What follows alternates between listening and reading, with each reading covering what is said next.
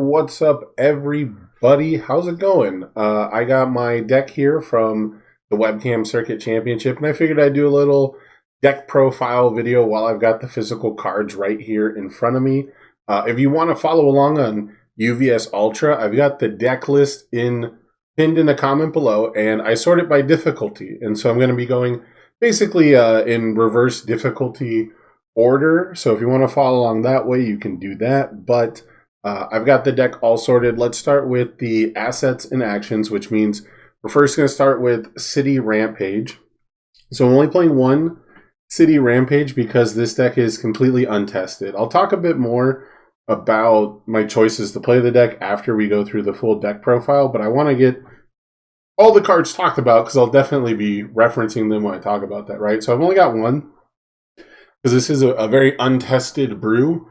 This is very much, a big feelings list. It's a rough draft. I didn't get any games in. I actually thought the tournament was next weekend, which is a little embarrassing because I think that happened with the last tournament. But, with the holidays and everything, scheduling has just been kind of crazy, kind of everywhere.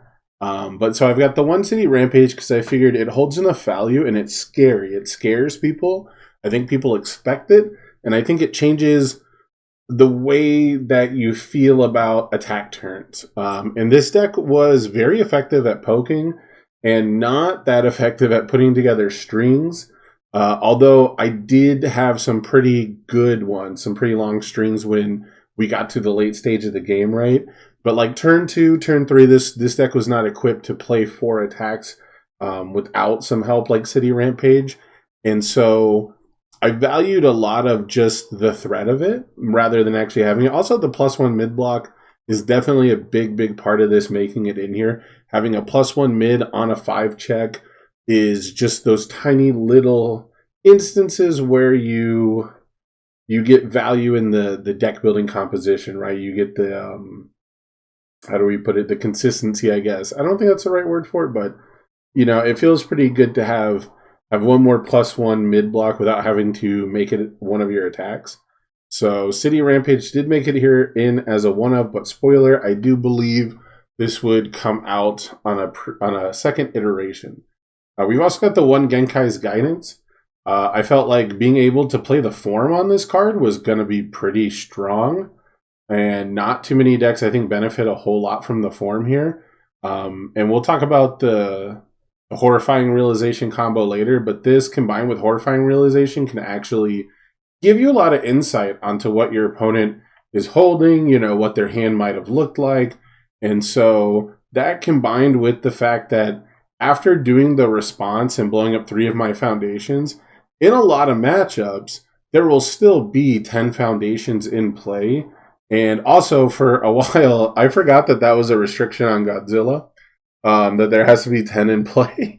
I'm just so used to him wiping the board as soon as he's behind, so, but even still, if you destroy 3 foundations and your rival has a board, it's not too difficult to just say, okay, if I'm that far behind, let's reset, right? Because that's what the form once per game is for, is you get that reset, you get that parity back, and usually you should be a little far ahead, right? A lot of times people build to afterwards, so Genkai's Guidance felt like the right defensive trick. It felt like the right defensive staple.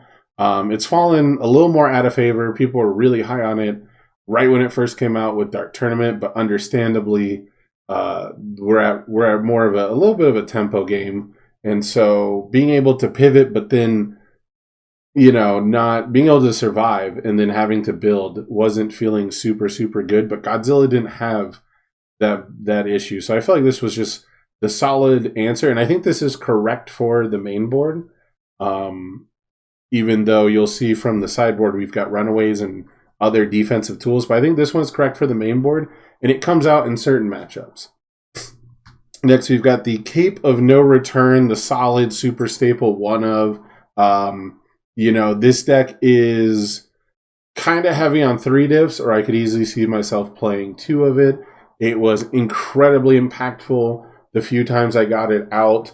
I think I actually only used it once in this tournament, and it was a pretty big deal the one time I used it, maybe twice. But just having it out on the board, of course, is a threat. Forcing sequencing from Vast Hybrid Chimera Krakens to target it first mattered both for me and against my opponents when I was playing the Vast Hybrids. So solid 3/4, one of the most powerful cards in the game. Really, really can't, explain it enough, right? Like, it's hard to, like, I feel like I'd have to explain more if I wasn't playing a card that just says enhance remove an attack from the game. So it being an asset does offer it a little more protection normally, but going into this tight restricted format where there was so much chaos, so many chaos decks being played, I could maybe see an argument for playing some defense that is better protected against board interruption like that. But Vast Hybrid, of course, it's both foundations and assets. So it's so tough to find a better option than this. And that is why, of course, we have the Genkais. Next up, we have 2 Battle Arena. Battle Arena has to be in here because of the once per game combo. Once per game with the Battle Arena out gives you so many options to safely checkmate the opponent. I did miss a checkmate opportunity, but I was so far ahead, it didn't matter. But I was really sad because I love moments like that where you can say, okay, I'm going to get rid of all of your interaction. I have a guaranteed attack that I'm going to pass, and I can do the things I need to do to it to win the game. And the scenario, for those who are curious, is I had a Vast Hybrid Chimera Kraken in momentum. I had a Vast Hybrid Chimera Kraken in my hand. I don't remember if I had any other momentum, but if I did, they were definitely face down. And so I could have done the once per game. I could have had the Battle Arena to play the Vast Hybrid Chimera Kraken and, guarantee the check with the +2. And then the Vast Hybrid Chimera Kraken would have been at least 6 speed into, I believe, my rival's committed character, like totally committed out. Would have lost all interaction, anything that was ready. And so I can't remember what exactly was the play that came to mind that made me think, okay, maybe they have something for this, right? I think maybe I might have thought, if they have a Genkai's in hand, but they'd have no board. So I can't remember what it is, but the rest of my hand was also unfazed with, the momentum with Vast Hybrid to make it like not only super lethal on the first one, but I will echo it. And it just felt like a better use of the momentum, I think is what it was. And so we didn't really need the checkmate moments too many times, but this is why it's in there. Obviously, it's just a really good idea when you're playing 5 diffs and even higher difficulties, as you'll see, to have a, one card that counts for 2 foundations. And on top of that, the bonus momentum just fits Godzilla. Like, this card might as well have Godzilla's face on it, as far as I'm concerned. Next up, we've got the Walk the Dogs. One of my favorite attacks, one of my favorite designs. We play 4 Walk the Dog because they're better with each other. We needed the low blocks, too. The low block spread was kind of rough at one point, so I figured just adding the extra Walk the Dog is fine. I did not consider... So I definitely considered that Mimic was going to be really good into this format, but I didn't consider how big of an impact it would have with the Walk the Dogs in my hand. And so I never really cited them out, and I was surprised how often I could still, get Walk the Dog down to a 5 difficulty, even against my Mimic opponents. But there was 1 or 2 times where it got jammed in my hand where I would have really loved to have it as the cantrip, as like the poke that replaces itself. So I could definitely see dropping one of these, going down to 3. For wallet and budget purposes, definitely drop 1 and play 3. But this one is super powerful because it draws an exponential amount of cards. It has stun on it, which is kind of sparse in this deck, actually. There is some committing effects, but they're not the best committing effects. We don't have a big stun 2 play. So this one was a little less reliable than it should have been. But when you have the threats that Godzilla has, your rival's going to have to block at some point. There's not enough damage reduction turn after turn to prevent them from having to block and commit resources to do so. And I had a lot of fun listening to my opponents kind of hem and haw about the fact that they're not allowed to block the first attack or 2 because of the threat of the Walk the Dog. So definitely a super impactful one here. Powerful 3 on top of all the other damage you're giving lets you play around damage resets really well as well. A lot of times Godzilla gives it +3 and another character just gives it -3, or there was other foundations. People were playing the enhanced flip -3 damage foundation, and so spending 1 momentum to put it back to where it was has a lot of value in that. Next we have Armored Titan Rush. This is a one of in the deck from the new Attack on Titan set. This one kind of made it in here just because I pulled one in my content creator box, and I was like, I'm going to play this no matter what. I think this is one of the best shift attacks. It's one of the best high difficulty attacks. I might even go as far as to say it's the best designed attack from Attack on Titan 2. Maybe the best designed card from Attack on Titan 2. Maybe the best. Like, it's just interesting. Like, it's not the most powerful, right? But it is just one of my favorite designs. The shift side is good. The front side is good. The Ruin one never mattered. I was really sad about that. I think I used Ruin 1 against Hanji 4 Eyes, and it was almost helpful for them, like with all their synergy. So the Ruin 1 I think actually destroyed one foundation the whole tournament. The flip side Sacrifice definitely felt like it was preventing my opponent from going too deep on me, but it was the people were able to play around it. But I felt very safe 99% of the time that I had it out.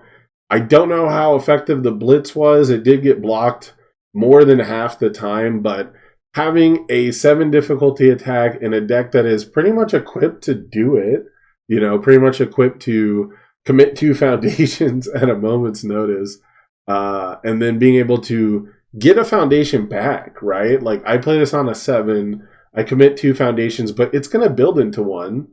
So I think that that's a little underrated, even when it comes down to just having that foundation later to pass checks. I think everyone gets so hyper-focused on how good the defensive application is, they forget about the economic application of the attack shifting into a foundation. So pretty important for this deck that wants to stay aggressive. And it's a deck that is really trying to figure out what you want to hold in your hand, like what you want to sculpt with, and forcing you to play those cards anyways. And then, having an attack that has restrictions on how you block it and restrictions on how much damage you can reduce from it.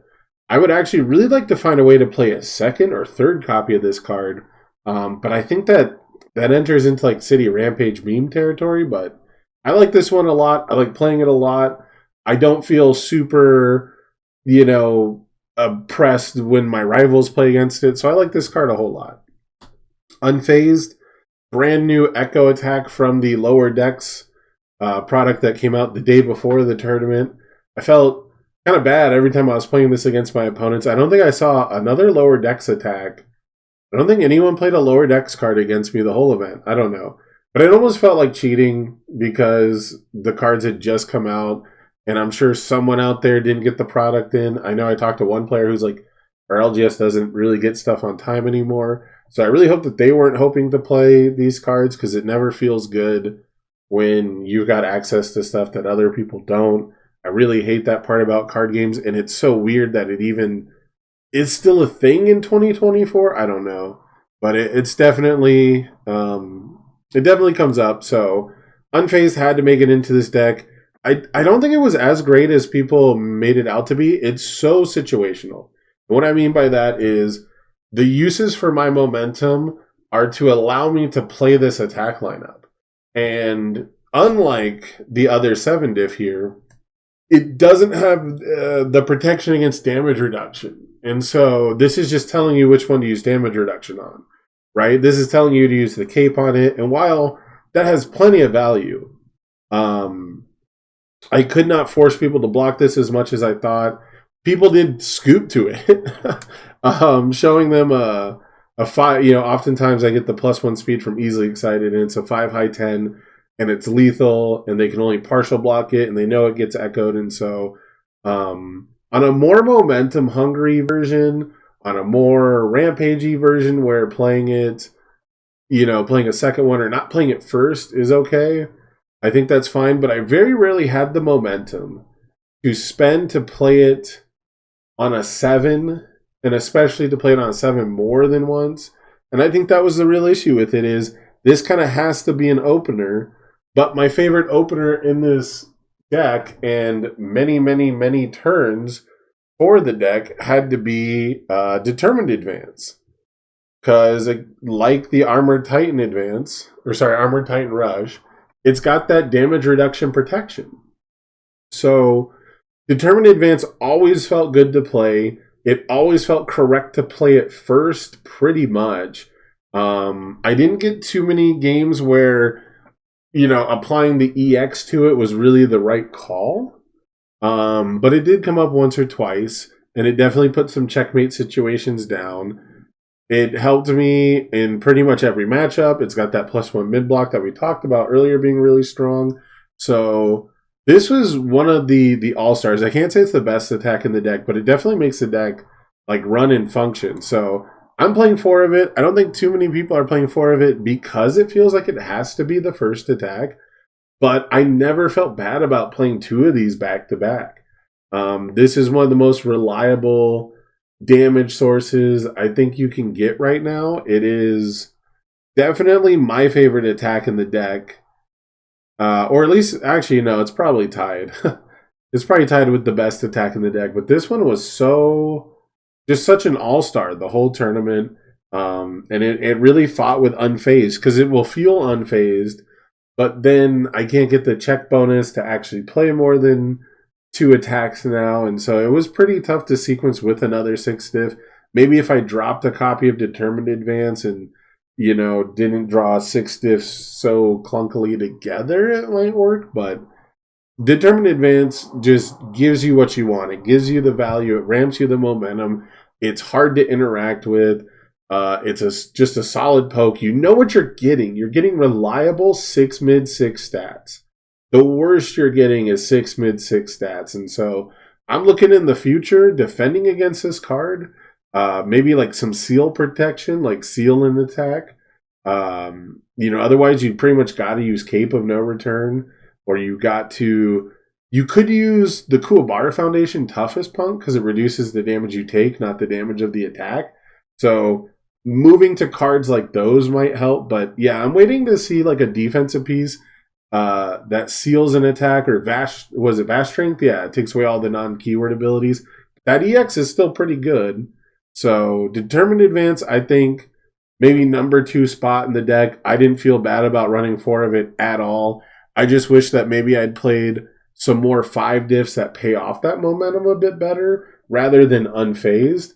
Although Unfazed definitely was the nail in the coffin for a lot of matchups. Smashing Stomp we have 2 of. It threatens to draw a card. It's got EX, which is a super important keyword for this deck. Once you've got a bunch of foundations and you've put your opponent, into lethal territory, you no longer are spending the momentum to pass the checks like you do in the early game.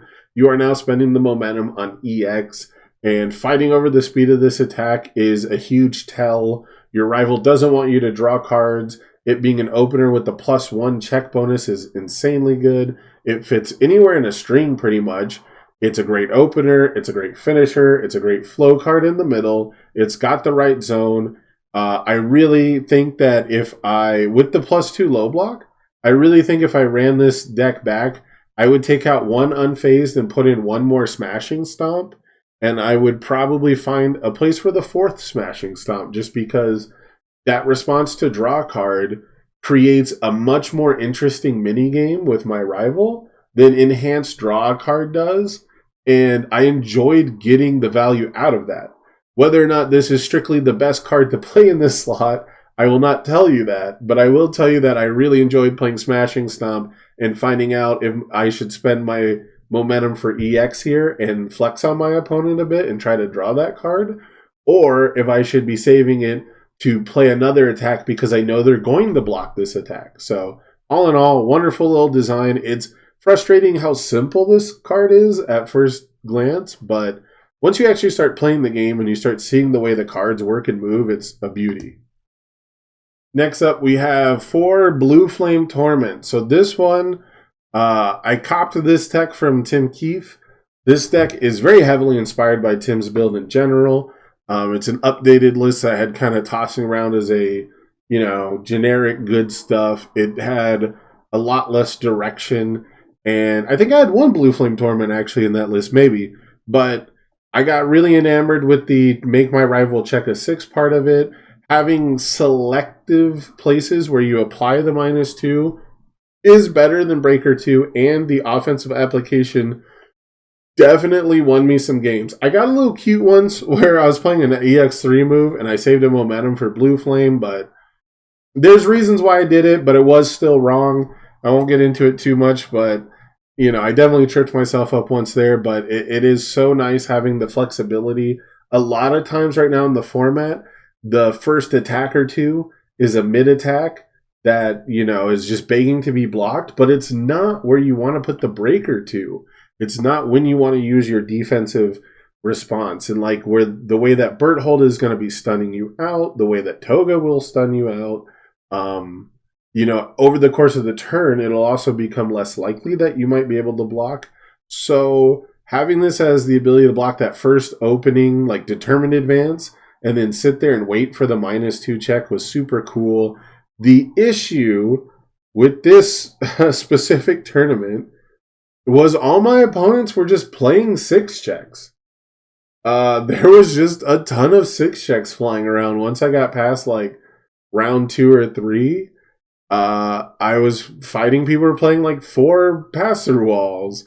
I know Bill Evans' really cool Godzilla deck, which is super different from this one, is just only 6 checks, and it felt really bad to roll this one out there every time. But, a lot of times it was the opener that I had. And if even in the Bill Evans deck, if he checks a 4, like, stun 2 to prevent what he would normally get to prevent is pretty solid. So it makes interesting questions with Walk the Dog. So I loved the idea of it, but for like this tight knit of a format, for the decks that I got paired into, it wasn't great. Like fighting Mimic with Takoyaki was just so feels bad. I'm like, what am I gonna do?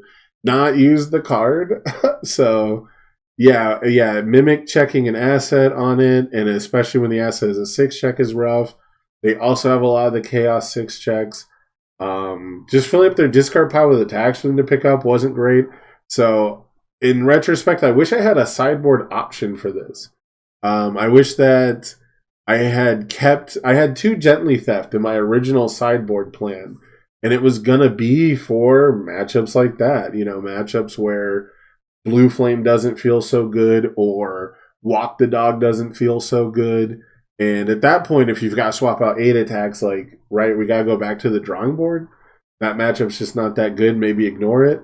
But so I definitely wish I had 1 or 2 options just to swap out Blue Flame when my opponent is checking a lot of 6s. Or, again, Mimic can commit the asset, and give you -1. So it's like so beneficial. Maybe not beneficial, but it is like so worthwhile for them to pass the check. So Blue Flame I really liked. It fits in the deck in a really great way. It's the 5 low on it. The 5 speed low is really, really good with Smashing Stomp and Walk the Dog.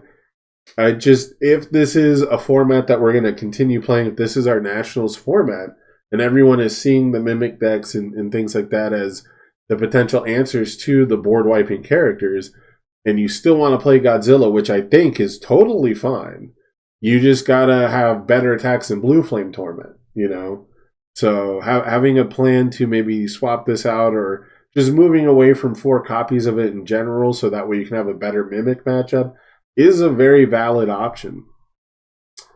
And then last up, fittingly, saving the best for last, Fast Hybrid Chimera Kraken. I think this is the best attack in the deck. It gives you speed when it hits it, so that, when it's sitting in your momentum, so it forces the rival to really, really care about it. Unfazed being a high attack to pair with this felt pretty nice, because normally there's not a lot of high attacks. So the rival has always got the block for it. That is probably the biggest issue, is not having any other high zone threats. Means that your rival's going to pretty much always block the first one, and then not have a second high block and not need it. So there's no real punishment there. Maybe finding like an all high attack Godzilla list could exist, but man, I love smashing, stomp, and walk the dog, so it's hard to get there. But this is one of the only foundation committing effects that we have, so it's very important for walk the dog. It's the only asset hate that we have besides the one pass through walls, so that's pretty important. This is just, again, it's an all-star all around. I think people are getting tired of this card because of how good it is. It is brutally efficient, is how I would put it, but I also think it's pretty fine for the format and that we need attacks like this. I think the only real issue with it is it's got the chaos symbol, which has all of these other really good attacks that want to pair with it. I can't say enough good things about the level of board control it gives. Like Determined Advance, it very rarely feels bad to play this. Even when I was playing against my opponents who had committed out before I played Vast Hybrid Chimera Kraken, right? Like they actually do block the Determined Advance. They do commit out, making themselves vulnerable to walk the dog. But what I have is Vast Hybrid and I don't get to freeze something. Still felt good to put it in my momentum. You know, still felt good to have that +2 speed for later. So Godzilla, this deck doesn't have a ton of speed pump. It's got weird ways to give speed from its other attacks like Blue Flame and Vast Hybrid. So these effects are really, really important to closing out the game a lot of the time. And, you know, what else can be said about interrupting your opponent's board state? For the foundations, we got one strategic meeting. I like to play a whole lot of this. And originally I had, I think, 2 strategic meeting and 2... No, I had a whole lot more 3 discs. I was playing like 3 or 4 strategic meeting and like 3 History's Greatest Monster. But again, I took a lot of inspiration from Tim Keefe's build, and he got me put onto the Award the Victor combo, kind of like the Bert Holt one at home combo. And I still wanted to have the one strategic meeting, because getting to build this turn 1, getting to build this early on and like start your turn with 1 momentum is really, really nice. My attacks that have 3 keywords are few and far between, but the ones that are really, really good. Unfazed, Determined Advance, Smashing Stomp, Walk the Dog, all can just be added to my hand instead of checking them, which is like an insane turnaround in value. And the baseline of Get a Momentum is what I actually want out of this card. So definitely really, really nice. Probably in the future, I'd feel okay with running 2 or 3 of these and just, you know, saying if I draw too many 3 diffs, I draw too many 3 diffs. I don't know. But definitely a big fan of this one in Godzilla. It makes a world of difference. Next up, we've got 3 Award the Victor, which is a lot for a 3-diff unique, but that +1 high block buys it a lot of space in this deck. Wouldn't feel too bad about running 4 of it, especially if I had another form of draw at form speed. So if they ever print another form card that lets me draw off the top of my deck, I think there's actually the 6 difficulty asset from the lower decks, which I thought about just jamming in here because it is insanely good after the Godzilla once per game. Like, it sets up your check, it draws you a card. It's just incredibly good once you delete all the foundations. So maybe that'll pair with this and be the evolution of the Godzilla deck. And yeah, you can't really deny the value that loop my own attack with +2 to the check would have. I didn't get to do the full loop too often, but clearing that card pool and guaranteeing a 5 check on the second attack was backbreaking. Losing the momentum is like a big skill issue, I would say. I definitely screwed myself once because I didn't have as good of an attack line as I thought I did, you know, and I didn't check as well as I thought I did. So I retroactively wish I had just kept the momentum. That happened exactly once, but it happens. And so recognizing those issues is a big part of the game. Recognizing when to take the poke and take the money and run is good. But I really just wanted to do the combo while I had the 2 foundations out, and I'm really guilty of just wanting to press the buttons while they're available like everyone else, and it kind of bit me in the butt. But loved the combo before it was this iteration with Horrifying Realization. Still love the combo that I can go in basically anybody now. And yeah, there's a lot to be gained from Award the Victor in Godzilla. Next up, we have Titan's Pursuit. This basically replaced Strategic Meeting. The lower difficulty does matter a lot. It's got the same block mod. It's got the same check. It gives you relatively the same amount of momentum over a game because, like, what are they going to do? Not block? If they don't block, you get a momentum just later. So, you know, Titan's Pursuit, I think, has taken over the Strategic Meeting slot, although optionally, sometimes getting that card in my hand does feel really good, so I would like to maybe play some more Strategic Meeting and not leave it up to my rival. You know, there are some times where the rival won't block, and what you really just needed was +2 to your check, not block punishment. But I do think that for the overall consistency of the deck, this is that replacement. This is something else that you know, I copied from Tim Keefe and went, okay, well, he's not playing strategic, but he does have momentum generation at a lower difficulty in a fairly reliable way. Again, with the Determined Advance, with the Armored Titan Rush, you know, with Vast Hybrid, people are blocking. They are completely blocking your attacks. They are not relying on damage reduction exclusively to survive.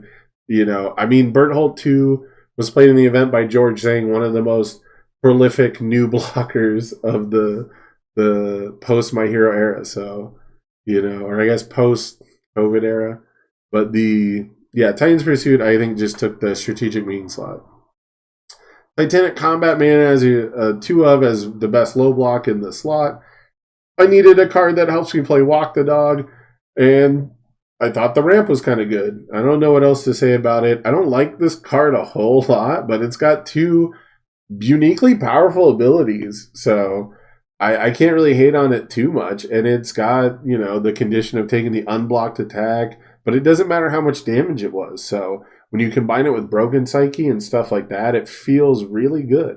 Getting 2 of it out felt really good in the longer games where, you know, board wipe happened and we're trying to build back and everyone's still at a high health total. So that also had a lot of value to me too, but I ended up having to trim it just to keep the deck down low because it's not super impactful early game. Committing on my own turn to make you commit 1 is really like some I am winning the game right now energy. So might go back up if I played a more aggressive version. 1 incredible display because we got to have that response hate. We do pack a second incredible display in the sideboard. We are not blocking with foundations as much as I'd like, though. I never got to use that. I didn't use any ability on this card, actually. I never had the momentum, or no one played the response against me, but I think you should still run it. Obviously, it's still very good, but I didn't actually get much use out of it for this tournament. But people are going to be playing, you know, runaways and stuff, and you do want to interact with that. So if you can, definitely play some incredible display. We got Pass Through Walls. This made it in for a very funny reason. I originally had a couple in here, but I took it out because I was, you know, I didn't really like the asset hate ability on this too much for a one-time thing. And Breaker just didn't come up. I didn't play against Lawbreaker in the tournament. I thought I'd play against some. But Breaker's not the biggest deal in the world right now. The Barrier Shield combos not being played too much, so wasn't too worried about stopping Breaker. Wasn't super worried about people using assets, you know, that I'm not committing with Vast Hybrid, like assets on their own turn. Although it is pretty good against Battle Arena. When my opponents had it, it was pretty annoying for me with my Battle Arenas. And it is pretty good at stopping Cape, so you don't have to use the Vast Hybrid on it. It can just sit there and wait. But either way, it made it in because I needed a 6 check for Broken Psyche. Broken Psyche is a 1-of in this deck. I know a lot of people rely on it a lot more. I view spending my momentum defensively as taking me further away from winning. Not as much with this deck as with other Chaos momentum-based decks in the past, that's for sure, because I am constantly using my momentum to block as well. And I do think you need some kind of damage reset somewhere. But I did also want to have the ability to use the response that nobody uses. I did want to use the, after you take damage from an unblocked attack, add a card with a 6 check to your hand. I think that might, you know, catch people off guard and just have some option to pick up a +3 high block. So, you know, Pass Through Walls got to be the 61st or 62nd card, whatever it was for this deck. And Broken Psyche is a good defensive staple. I might play 2 or play some in the sideboard later, but with Determined Advance going around and Bert Holt playing 3 difficulty moves, I wasn't feeling super confident in this style of damage reduction anyways. So I really didn't feel the need to play like 3 or 4 copies of it like I see in a lot of decks. But the 1 or 2 times I used it, it was pretty impactful. Next up, we got a 1 of Petty Squabble. This I definitely lifted from Tim Keefe. I would not have played this card on my own. I think he played 2. I was like, that's probably good. We also needed the low block in here, and so I think I might have had 2 or 3 at one point, but I kind of waffle on this card a lot. I got to use the response to Commit a Foundation exactly 2 times. One time was against a weapon clash that I didn't know it at the time, but my rival was going to try and unflip it. And so I was just like, well, let me kill this right now. By the way, I'm just going to put it out there. I don't think with this wording that you should be able to commit it, but by the rules, there is a rules justification for it. But I do kind of hate that this hits face downs, even though it says a copy of a card. But yeah, he flipped the weapon clash. I got to commit it. We had to call the judge. We got the ruling that I'm familiar with. And so I got to stop a double weapon clash turn in a Bert Holt 2 deck. And I got to stop a 0 diff from like flipping, or no, it doesn't stop it, but I got to like commit a 0 diff at one point. So not terrible, but I was just, most of the time I was using it, it was like an extra review step that had like great ramifications throughout the game. I used the discard 2, draw 2 at one point, and I was told later that was impactful. I don't remember how, but I messed my rival up once just by randomly trying to get, cards out of my hand that I needed to cycle through my deck. So yeah, this one's really cool. I needed more low blocks at one point, so maybe play this one instead. Maybe play this over some Titanic Combat. I don't know. But it is nice that it really gives you something to do with Godzilla on those turns where, turn 2, you don't have any momentum. You don't have any reason to keep Godzilla ready. And I've got 0s in my deck, so like I was building 4, 5, 6 pretty consistently all the time. Usually Godzilla was getting committed to do that, but I could see a world where I build 4 and keep Godzilla up and, have the ability to search for the right block zone and stuff on turn 2. Next up, we have the other part of the Award the Victor combo. We've got Horrifying Realization. So this is one of the only other commit effects for Walk the Dog, and it's situational, so it's not very good, but having Form Speed, Discard, and Draw is very good. If I was ever worried about a deck making me discard cards on my own turn, maybe that would come up. But this is just here for mostly the Award the Victor combo and just more filter, more aggression. I've got a lot of 1 divs that help me go through my deck faster, and this is one of them. Got a nice little block. The +2 mid block is fine. Yeah, there's not a whole lot else going on here other than synergies with, well, I guess I talked a little bit about it earlier. Knowing what's in the opponent's hand and like seeing like what cards they were holding and keeping, and just doing the odds on, like, I think at one point I hit someone with a low attack and I was like, I have this weird feeling that they actually might have a low block, but when I made them discard a high block, I was like, oh, that's great, but what are the odds they drew a low block? And I played another low attack even though I drew a high attack. So it was kind of interesting. I called not really the bluff on that one, but I just thought about it and I was like, what really are the odds? So this one you can kind of mind game yourself, but the main thing is it makes the Award the Victor combo like, well, I guess it is part of the combo, but it makes Award the Victor like an insane card from just being a really good card. Next up, we've got 4 copies of Fearsome Transformation. It's a 1/5 draw card. You got to have momentum, but spoiler, that's what the deck's trying to do, right? That is what a huge chunk of the deck is trying to do, is just get that 1 momentum. So 1/5 flip draw card. I was surprised I never did the draw and discard method. I'm definitely not afraid to do the draw and discard mode when all I need is 1 more attack to win and things like that, but I was doing pretty good at having the momentum or not needing to draw a card when I didn't. So we've also got some Fast Friendship here. We're not blocking too often, but when we do, Fast Friendship helps us do that. Also a pretty solid high block in the 1 difficulty slot to go along with Fearsome there. The biggest thing is that on turn 1 and turn 2, you can be the first one to flip a foundation and get -3 speed. You're only going to be able to block once, but this card definitely helps you do it. It was very clutch in, winning some speed wars, canceling out some EXs, for example, bringing Determined Advance down to 6 speed. Very, very solid stuff. I could see playing 4 of it. I could see foregoing this all together and trying to play like hardcore actions and other ways of defense, but I really like having the ability to block with Blue Flame Torment. I really like being able to at least bluff my opponent that I want to block. You can get some value out of that very rarely, but it happens. So yeah, Fast Friendship is one of the better 1-diff speed hates. I got one Dangerous Combatant. It's kind of just for the low block. It's the most useful 1-diff low block that was left. I valued it over Struggling with Studies because we are trying to make the rival commit out to block anyways, and we have those synergies. I use it on my opponent's turn more often than my own turn. So, yeah, just a 1/5 low block that draws a card. Oh, look at that. 1/5 low block. Draws a card, you say. We got Chivalrous. We were afraid of some destruction effects, afraid of some flip effects, but none of them were targeted. We played a Byakuo and kept having our whole stage flipped. I'm getting PTSD. But yeah, just another solid 1/5 flip draw card combined with the fact that actually specifically against Byakuo can mess up his stack combo if he ever tries to stack a check. Nowadays they always just stack jury anyway, so you're probably not getting too much value out of that anymore. But my rival did stack a 6 against me one time, so that would have been useful there.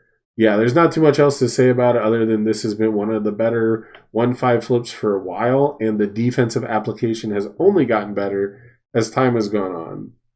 Speaking of Struggling with Studies, it's a one-of because I figured post-sideboarding I could get some use out of using the actions again, cycling a Genkai's Guidance to have no stage but stay alive is a choice. That is a choice you can make. So one of Struggling because we're not blocking too much. But if we do get to block more than once, Struggling helps you do so.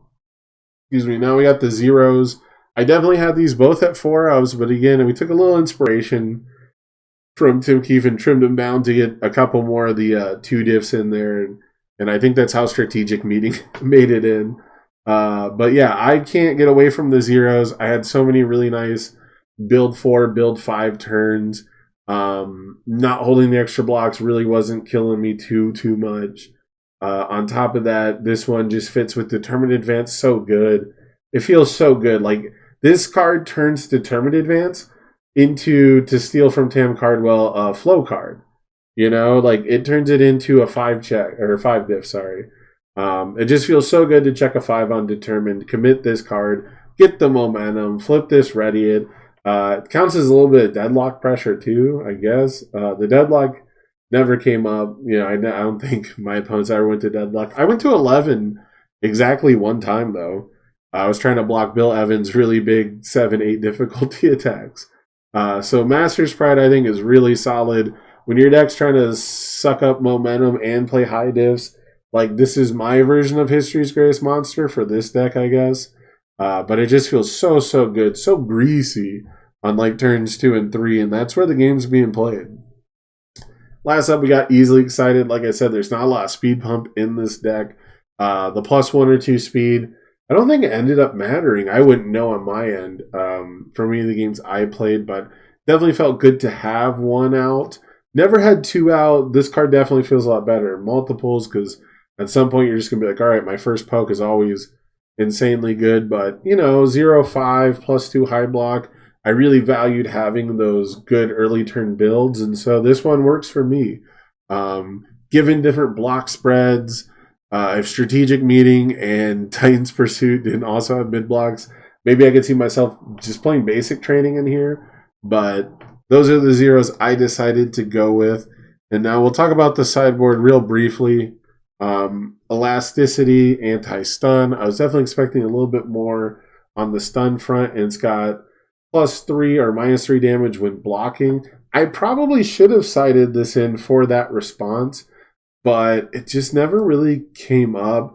I think I just looked at this card the wrong way. I think I was looking at a stun hate. I should have been looking at this as block punishment. I should have been looking at this and going, okay, people kind of have to block determined advance, so let me pump my next one. People have to block the Armored Titan advance, or was it Armored Titan Rush? I keep calling it advance. Sorry, determined advance and Armored Titan Rush. Like the same guy in both cards. So yeah, having the elasticity for block punishment probably would have helped me out a lot better, considering how many decks were just blocking exactly once. My deck was blocking like exactly once. Their decks were blocking like exactly once, maybe twice. So having elasticity out for that response probably would have helped me in some matchups, maybe more than Titan's Pursuit did. Maybe more than Titanic Combat really did as far as offensively goes.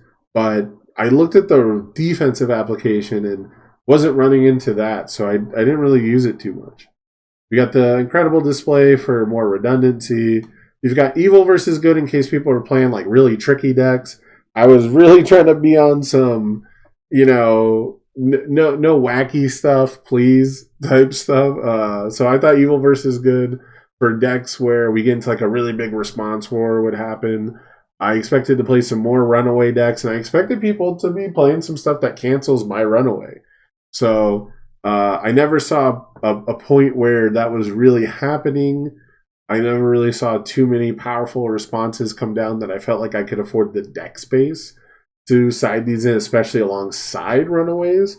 I would have been having to take out like all my assets at that point to try and keep some early game build consistency going if I bring in 5 actions. So I really like this one. It's usually really game breaking when you rip that response off, and it always catches people off guard. And I don't know, I just didn't see too many opportunities to really put it in there. A lot of the powerful responses I was playing against were just character responses. Next up, we got Recovery Time. This is also on some no wacky stuff. I did end up playing against one Tri-Gravity Beam deck, and I didn't even expect them to be doing it, so I didn't even side the card in by the time I saw the Tri-Gravity Beam. That was the only deck that was playing Botan, so that was like the same matchup where it would have mattered, and I just missed it. Didn't play against too much Horrifying Realization. Didn't play against other petty squabbles, so this one came in against decks I had trouble blocking against, and that was pretty much it. And I don't think it helped me in that one game. Next up, we've got 3 Runaway. This came in basically every match. This was something that probably should just been in the main board. I didn't want to go with a 5-4 like untested, fully defensive action for games 1 and 2 necessarily. And again, I was afraid of people potentially canceling this. So I didn't want to rely on it too much, but after game 1, it pretty much always came in, and I was pretty much relying on it, and it definitely won me a bunch of games against things like Determined Advance, against preventing Vast Hybrid Chimera Krakens from going to Momentum. So, I definitely think 1 or 2 of these should go on the main board, but people also should be playing maybe some evil versus good, like I was expecting incredible displays to like gatekeep me from using it, and it just didn't really happen. So that's the deck, that's the sideboard. My choice to go with Godzilla is pretty simple. I just didn't have enough time to test, and I didn't expect the tournament to be so soon, so I went with the comfort pick. I went with something I knew was good against Bird, knew was good against most decks, knew that people had already kind of put that blueprint out there, knew that I had already been playing my own versions, talked to my locals about the kind of versions that they play and their insight, and, it all comes together in a pretty, I think, expectable shell. I think people kind of expect these cards. We got the new Zhuge with the Unfazed, but I don't know how much I really like it for this build. It's very, very potent when it's good, and it's very, very much a liability when it's not. That's probably the mark of a good designed card. So it is, again, it's a little backbreaking when it's good, but it's a 6-stiff that costs a momentum and has no other ability. I can't get into it. Anyways, so I like this deck a lot. I had a lot of surprisingly interactive games, like I talked about with the Cape of No Return. Like, there was a lot of sequencing that really did matter. I know a lot of people watching the stream didn't see a ton of interactive games, and the ones that I was on stream for kind of weren't. But I had a lot of fun, like with the tight knit format, knowing that people were going to be playing like meta relevant threads. It feels like a small format, but there was comfort in that. There was comfort in feeling like I was making intentional choices and seeing my rivals make intentional choices. If it feels like John's in hindsight, but I was definitely working on a lot of mimic lists, and there's people out there who can, who helped me test like Phantom Threat, One Shot Mimic, and working on the ratios. And I really felt like Mimic was a smart pick for this event, but it's a deck where you have to have your own build. You have to have your own ratios and understand and practice with the deck and get the feel and the flow. I often don't check an asset for 10 checks, even though I play 26 out of 60 cards or assets in my builds. And, I go down to 20 because I can't pass checks enough. And I've never been able to play a Colossal Detonation, a 12 diff in my life in a Mimic. But, I recognize that was a huge, huge part of the metagame right now. And so maybe I could have gone with a bit more asset hate. But again, there's nothing else that's really removing them for me. So, I went with the Godzilla because it was something I understood better. It was something I had more practice with. And it's something that, again, as far as the format might be limited and he's so obviously a good character and a good deck, there's kind of nothing wrong with that. The fact that other people were able to build and adapt to it is kind of proof that there's nothing wrong with that. And I had a lot of fun. I enjoyed the games that I played immensely.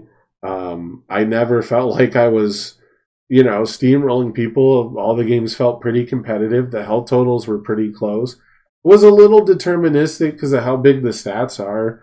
Again, people were blocking like one time. So there wasn't a lot of variance. It was a lot of, I'm going to play 1 to 3 attacks based on how many times you block. And the more momentum I have, the more I get to win via cards like VME or Unfazed or Walk the Dog's Powerful, things like that. Or EX3 is probably the biggest one. Like whoever could EX3 the most was who won my games.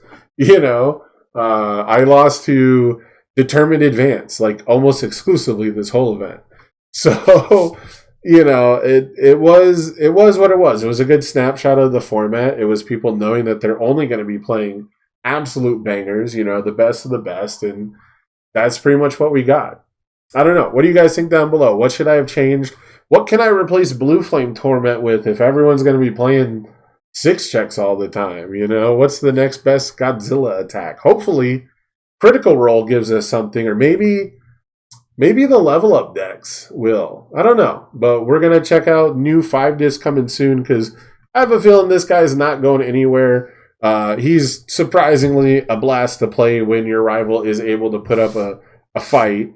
When it's one-sided, Godzilla is one of the most boring, I'm just going to play really good attacks and delete your health very quickly decks. But right now, if you build with intentionality, I think you can have a lot of fun playing with this deck or against it. So take it to your locals, try it out, let me know how it goes for you. I'll see you guys in the next one. Peace out.